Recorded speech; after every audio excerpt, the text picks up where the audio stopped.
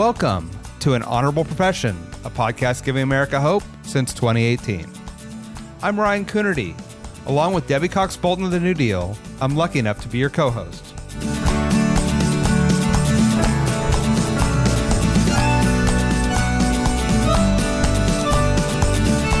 An Honorable Profession is a New Deal Leaders podcast. The New Deal is an organization that supports the next generation of American leaders. From attorneys generals, to state senators, to mayors, to school board members, these are the people that are pushing policies and politics that will respond to climate change, rebuild our economy, address racial injustice, and restore our democracy. These are incredibly talented people who have dedicated themselves to public service when their country and their communities needed it the most. Check out newdealleaders.org to see what I'm talking about.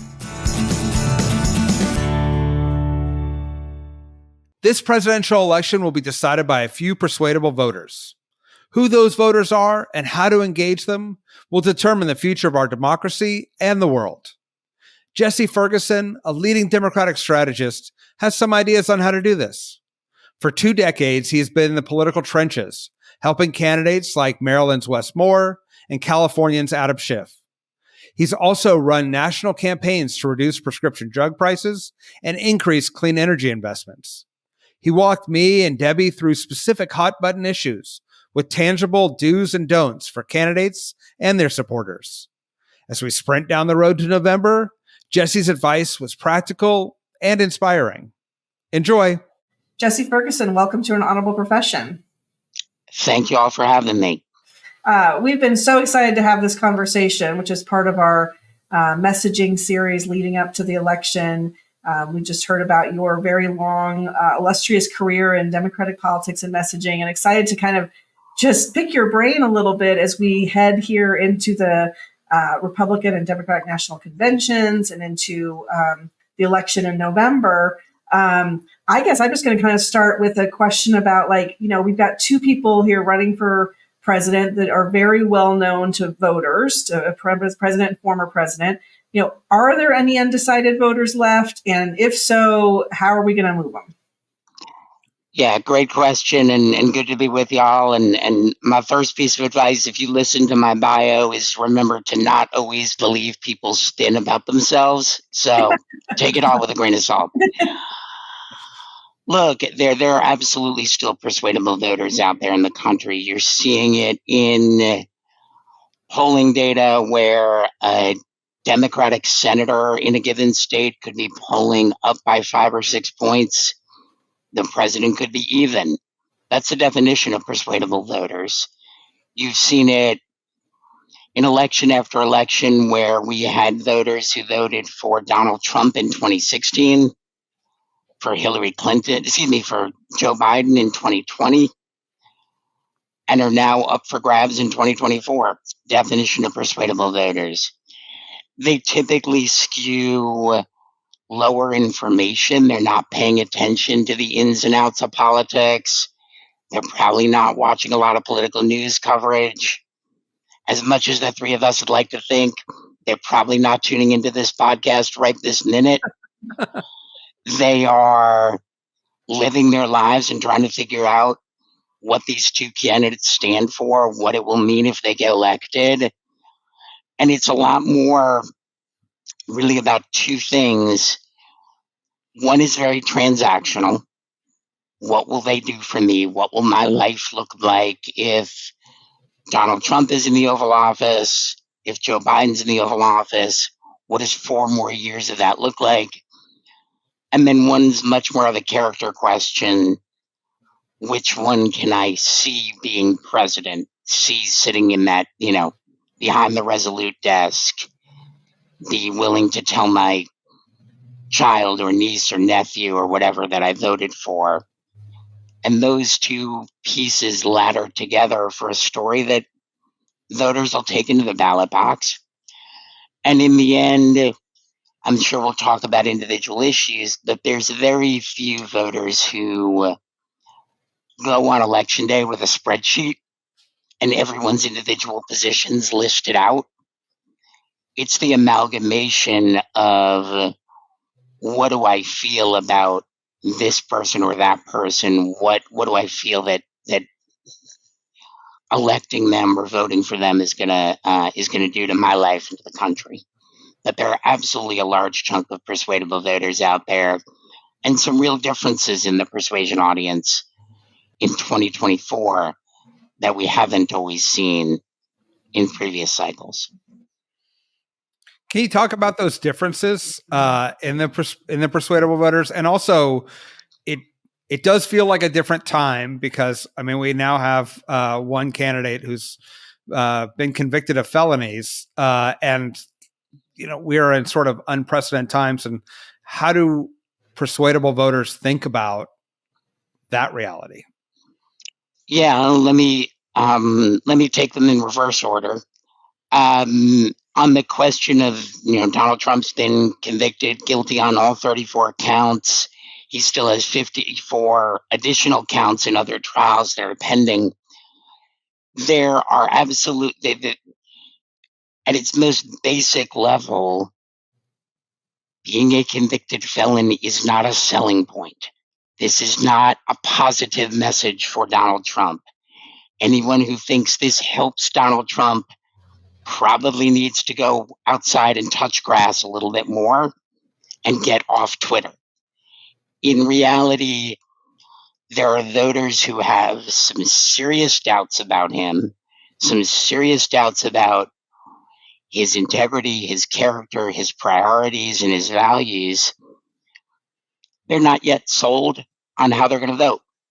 This is now another concern for them about Donald Trump, and it manifests in big and historic ways. Do we really, can this country be okay with the idea of a convicted felon being our president? This unprecedented historical moment, inflection point that we're really at. And then also some real specific ways. Did people think that he's going to be able to focus on their lives if he's spending most of his time worrying about pardoning himself and getting revenge and doing all the things that we know he's going to want to do? And that's a real concern. You hear it come up in focus groups. Ultimately, is he going to be focused on lowering your costs when he's spending, if he's spending time getting his eggs and carton of milk in a prison cafeteria? It's just, at some point in time that's going to be real for people, and it's getting realer each and every day. Both the impact of this conviction, and then the consequences that it might have for people. I think to your first question about who are these persuadable voters, there's for certain the audience I was talking about before, people who had voted for Trump, Biden, and are now up for grabs. There's also a really large chunk of new voters who came in 2020, and some who will be new in 2024, that are very much up for grabs. They're the biggest movers back and forth right now in the election, is among new voters. And those voters skew younger, not surprisingly. They skew more to African American, Latino, AAPI audiences, and they are less information, less engaged in politics. So figuring out what we're talking to them about and how we're making that sales pitch has been a struggle for Democrats now for a couple of years, and it still is, and it will be to Election Day. We're getting better.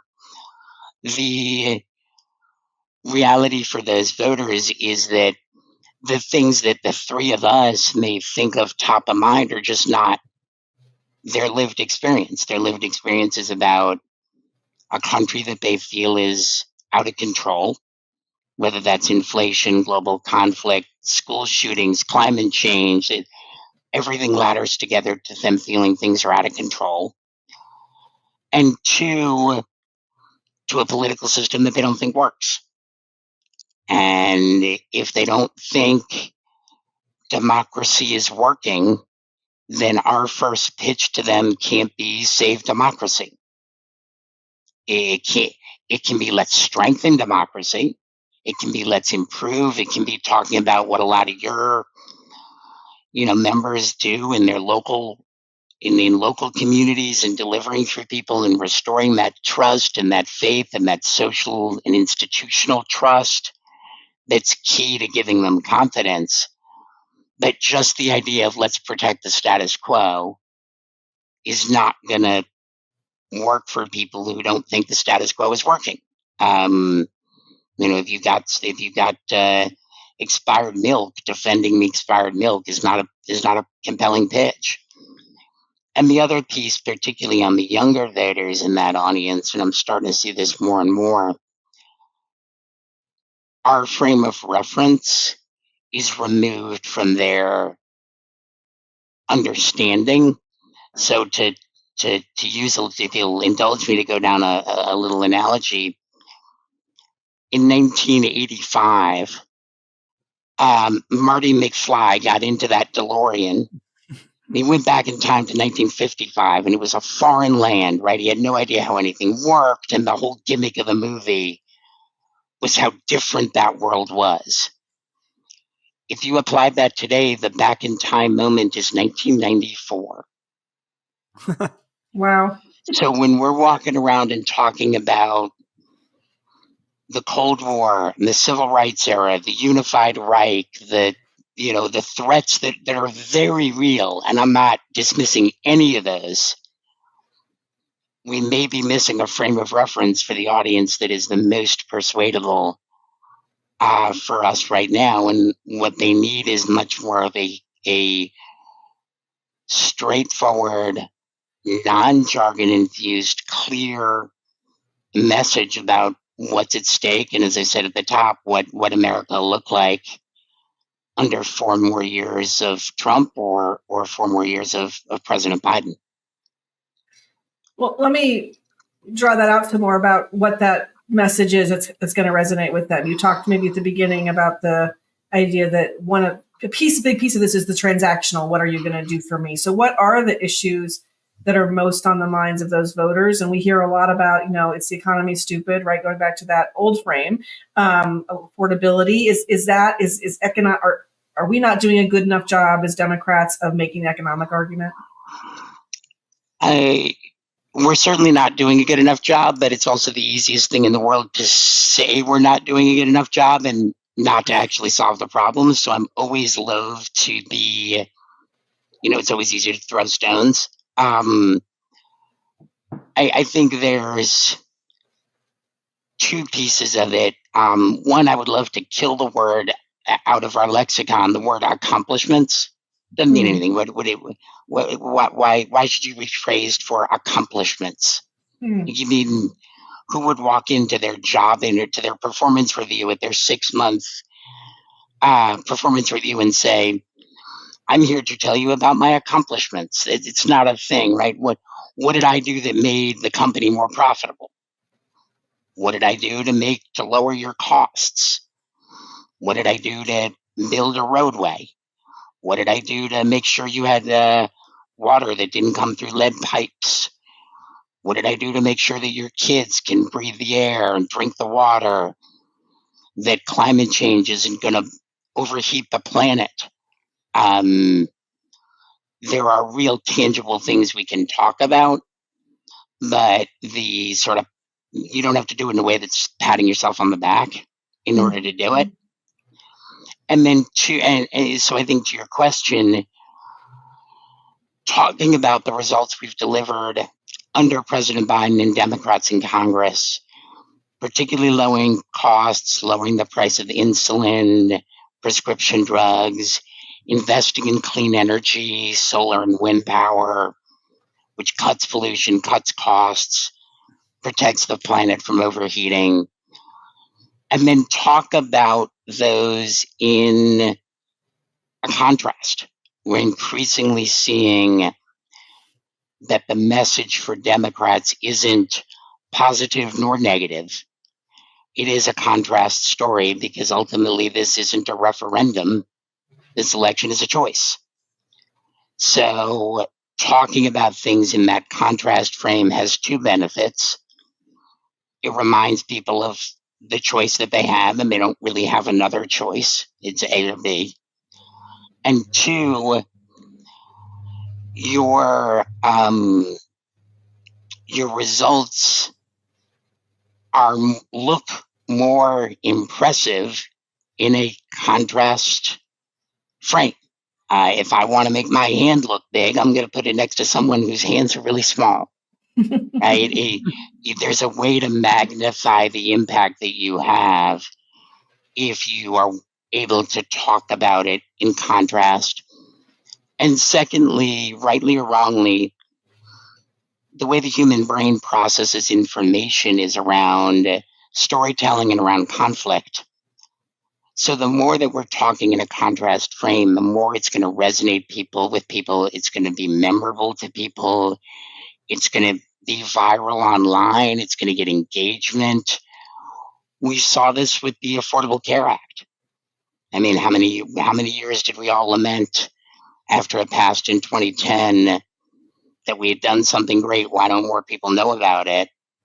And then 2017, the moment they tried to take it away, suddenly people really cared about it, and people got to know about it, and it got engagement and attention and oxygen and all the things we're yearning. Ultimately, that contrast piece is a really important part of how we tell our story. Can I ask a quick follow-up, Ryan, onto that real fast? I'm just wondering on the contrast piece specifically, when you're running against someone who's just making stuff up and lying all the time, like, what's your advice to how do you draw a contrast when the facts are not agreed upon? Yeah, it's for sure it's hard.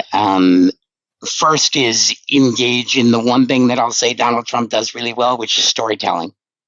Right? Now, let me be really clear, most of his stories are invented, but talk about somebody from your community, your neighbor, your constituent who got their insulin, can now afford to actually get the insulin that's going to keep them alive or not have to skip doses. And if Donald Trump had 4 years as president, he would remove the cap on insulin prices.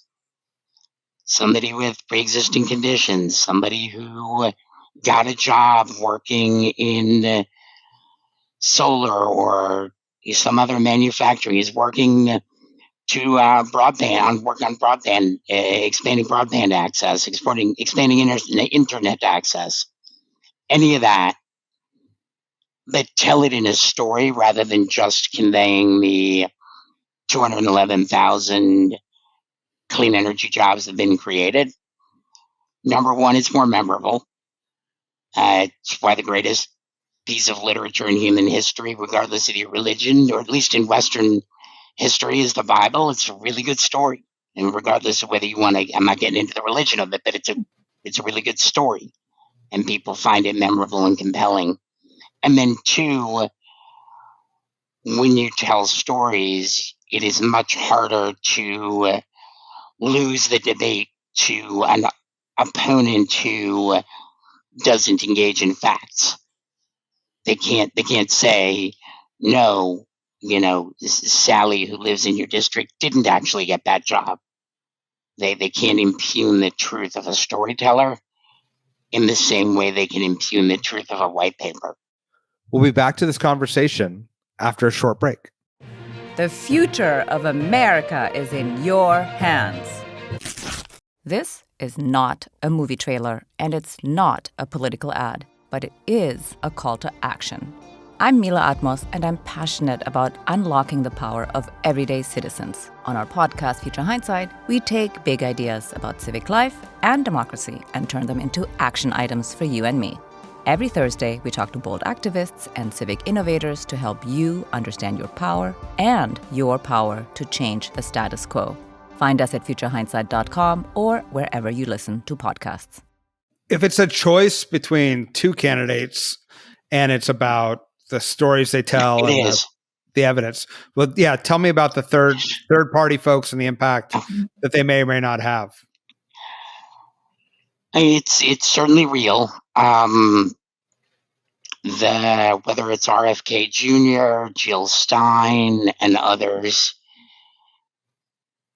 At this point, they are drawing probably equally from both candidates. Ultimately, we need the entire coalition of anti-MAGA, anti-Trump voters united behind Joe Biden in order to win this.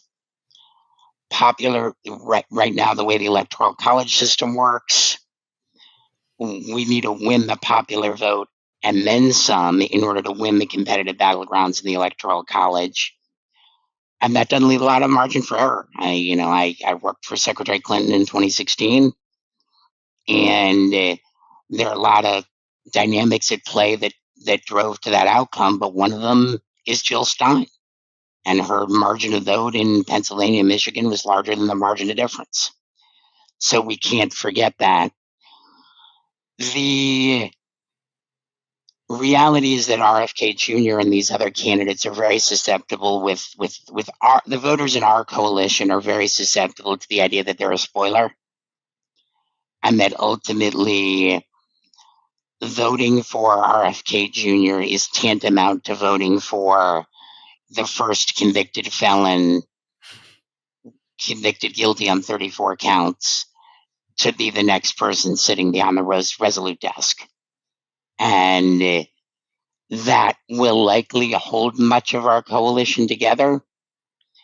But this is going to be a remarkably close election. The last one was, we live in a divided country. I'm not telling you anything you all in your audience don't know. So it is certainly part of what keeps me up at night. When you think you were talking about, I want to get to what other things keep you up at night, but and what gives you hope maybe at the end. But as you were talking about the new voters being a big, something you're keeping your eye on, and that frame of reference is super interesting and really important, I think. Another group of voters that we talked a lot about in 2020 was rural voters. And, how badly we did, despite, to your point about delivering some things that had real impact on people's lives, and have done so over the last 4 years. How do you think and if so, how do we win back some rural voters this time around? Yes, I think we can. I think it is, and it's crucially important, and it doesn't necessarily mean we're going to win every rural county, but if we lose a county 60-40 instead of 40-60 instead of 30-70, that has a measurable impact in Michigan or in Nevada or wherever. Ultimately, it's the contrast on the economic issues that we've been talking about is very real, and we can really localize it into that community to look at a bridge or a road or manufacturing that exists because of the work of Biden and Democrats. And then, but two, we have to do it in a way that we don't reinforce a brand concern that these voters have about us. And that doesn't mean we suddenly have to wear a MAGA hat and sit in a diner in order to win every rural voter. That's a stereotype. But at the same time, you can't start from the idea that if only they knew better, if only they were as educated, they would vote for us. It's rarely the case. We need to acknowledge that they have concerns, and engage in that conversation around cultural issues that have become a barrier for some of them. If we engage in that conversation, we can win that conversation. But if you start out from the premise of, let me tell you what's true and what's not, because you obviously don't know, that's not compelling to anybody.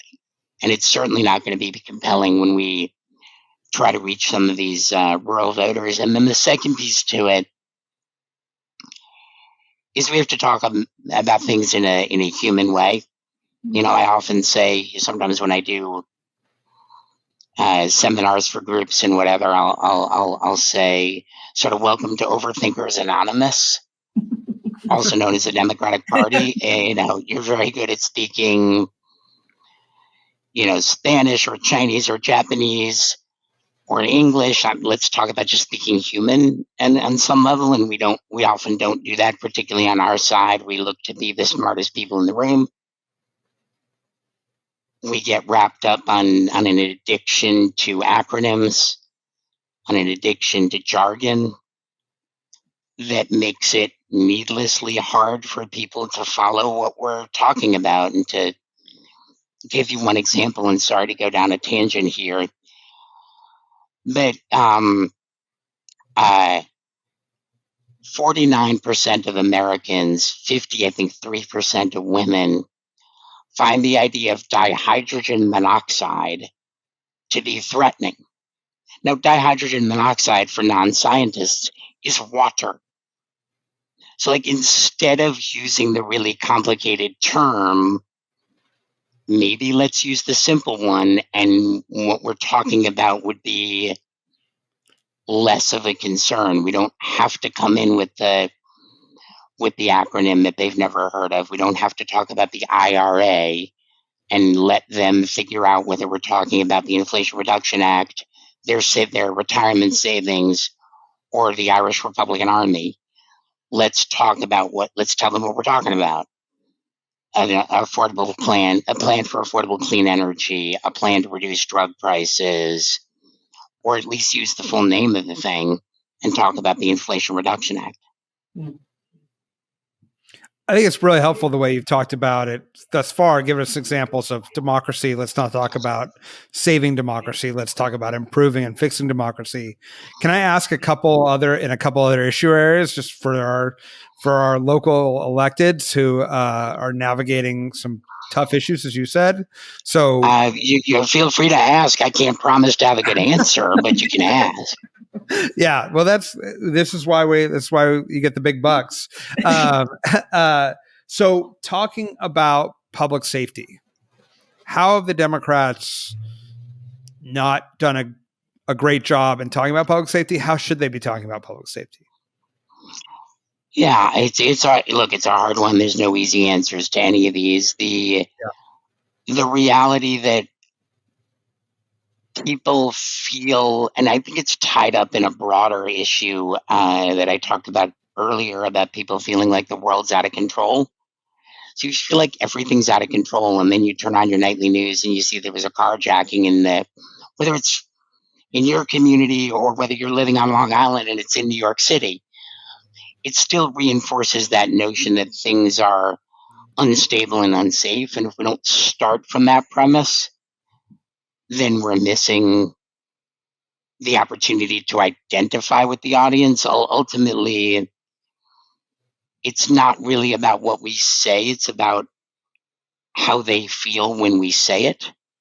And that means you have to start with some level of identifying with where people are, and then bring them to where you want to take them, which means talking about supporting law enforcement, making sure the communities are safe, and holding police accountable, holding law enforcement accountable. The system has to be about safety, and that means keeping communities safe, and it also includes accountability.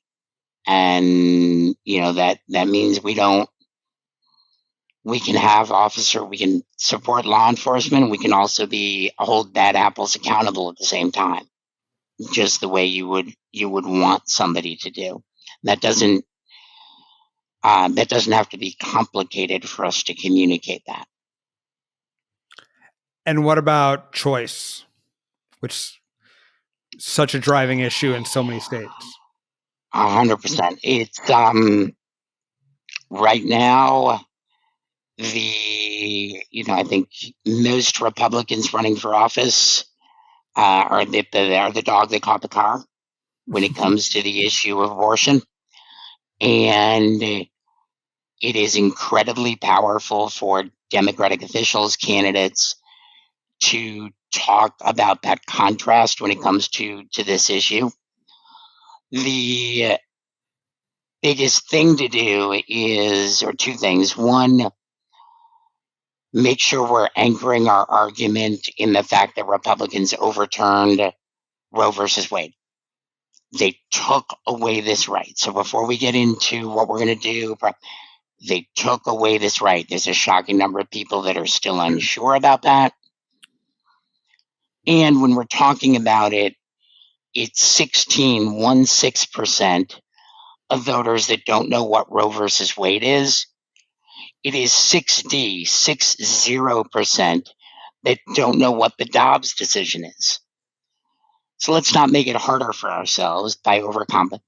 They overturned Roe versus Wade. They took away the right to an abortion. They decided that politicians should make this decision instead of women, family, doctors, and nurses.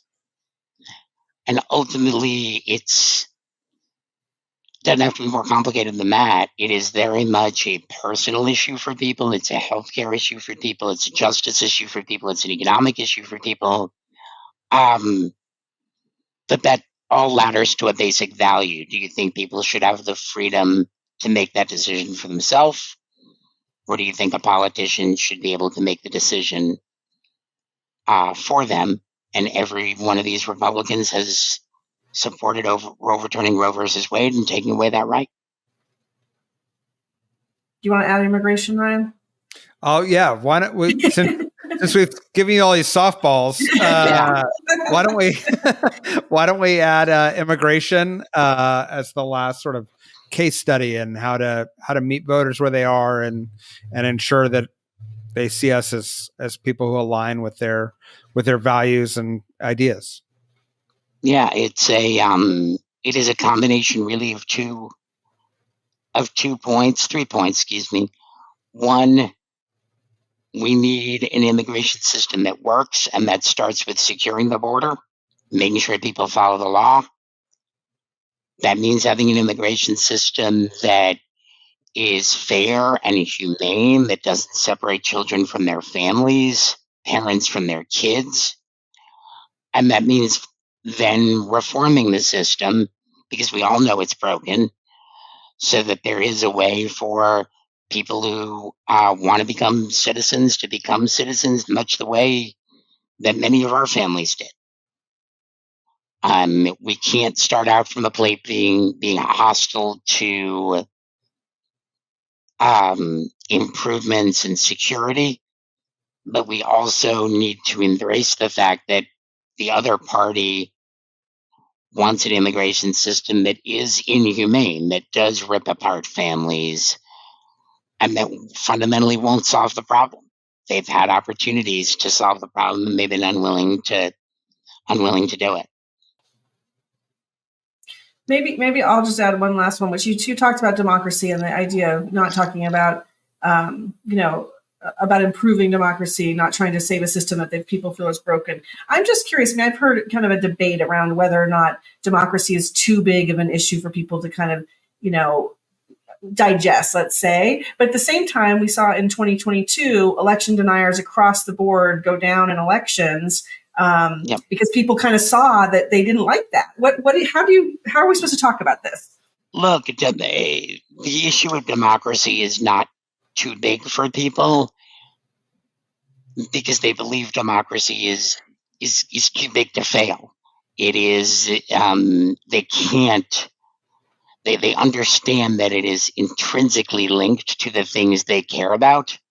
If they want to get results on protecting abortion rights, lowering costs, combating the price gouging from the oil companies, taking on reforms to lower the price of food, they have to have a democracy that works. And they understand that. What they need to see is, what does that mean? And it means having a protecting the system from attacks like what we saw on January 6th. It means reforming our voting laws so certain communities aren't waiting 3 and 4 and 5 hours in line in order to vote when other people get to wait 4 and 5 minutes. there are tangible things we can talk about and ways that we can prove that we are for improving the system, strengthening it by getting money out of politics, by overturning Citizens United. There are things that we can do to show that we're not just here for the same approach that's been done and they believe has failed in the past. We have a set of reforms, whether it's a candidate who doesn't take corporate PAC money, whatever is the unique thing that they want to talk about. And then ultimately talking about their own lived experience with this. So if it's, why does an official or a candidate, why do they care about democracy? Maybe it's because their parent or grandparent fought for the country. Maybe they are a veteran and they fought for the country. Maybe they have a story of an immigrant. Maybe they saw that their government actually was able to do something and delivered manufacturing in their community, and that's why they were able to get a job after the pandemic. Giving people a reason why you care about the issue is almost as important, if not more important, than what you're going to do on the issue. You're dealing, this is a bit of a tangent, but you're dealing with an electorate that fundamentally is skeptical of anything an elected official or a politician says, and puts a real premium on authenticity. Mm-hmm. And in order for that to work, they need to know not just what you're going to do, but also why you're going to do it. And on democracy, that is particularly acute, although it extends, across all the issues that we've been talking about. Super interesting.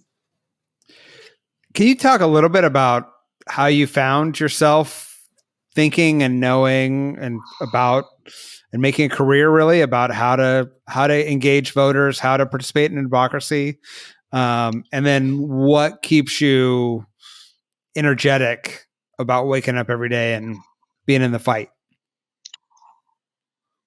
Yeah. How did I find myself doing this? 100% by accident. I would love to tell you that I had I've been doing this for about 20 years. I would love to tell you I had a grand strategic plan 20 years ago that laid it all out and told me, I got started working in state politics in my hometown in Richmond. I working in Virginia politics and ended up working, doing communications work nationally, and just found that there were real opportunities with an electorate that is fundamentally on our side on the issues. You all have seen all of how many different polls do we all need to do, where voters agree with 82% agree with us on the insulin price cap, et cetera, et cetera, et cetera. There are very few issues where we're on the wrong side of people, but we have real challenges, and that ended up animating my work, certainly through 2016, but more significantly since then, as I've been thinking about how we make the case for Democrats in red states, blue states, Senate races, the presidential, how we win Congress in 2018, and ever since. And it really came down to what story we were telling people about ourselves, and grounded in authenticity and all the rest, and what that contrast really looked like. And it just, I don't know why do any of us do what we do, but it is very much an accidental journey that has me doing the work I'm doing right now. What gives me hope, gets me up each day? I'll give the selfish and the not selfish answer. The selfish answer is I enjoy what I do, and I evangelize a little bit on this occasionally when I'm a William and Mary alum and stay active in my college, and I'll go speak to student groups and say, look, if you're not enjoying what you're doing, and you have the ability to do something else, you should take that chance, because there is an intangible value to getting up in the morning. On most days, not every day, I don't know anyone who's true for every day, but on most days, getting up and looking forward to what's on your docket. And then the less selfish answer is the things that are at stake are really big. And I think about folks who have healthcare now because of work I did in 2010, or we just passed the largest clean energy plan in the history of the world in the Inflation Reduction Act. That's going to have meaningful implications, creating jobs for people, lowering costs, protecting the planet from overheating. I did work on the prescription drugs and bring down those prices, and I can think about my own grandparents and what that would have meant to their bottom line. So as hard as the days can be in any of this work, the impact is so significant that it makes the small steps of progress big. You know, a 2% difference in something that is mammoth is still mammoth, even if it's only making an incremental difference along the way. And that sort of, I think, is why most of us are in any of this. And I fundamentally think of myself not as a particularly ideological Democrat in one way or the other, but much more as, can we put good people into power to make good decisions, or are we putting the wrong people into power and they're making the wrong decisions? And there's just a dyadic and a crossroads that we're at, and we're going to be at going into November 5th. I think you gave us all a reason to remember why we do this every day, and those changes matter and the fight matters. So thank you for what you do all the time. And thank you all for the great work you all do, and your organization does, and your members, et cetera. So we need a lot more of it, but we're getting there. Appreciate that so much. An Honorable Profession is a New Deal Leaders podcast. Thanks to the team at New Deal for producing this episode. We encourage you to bring honor to public service, and because we keep things honorable, no tax dollars are used in the making of this podcast.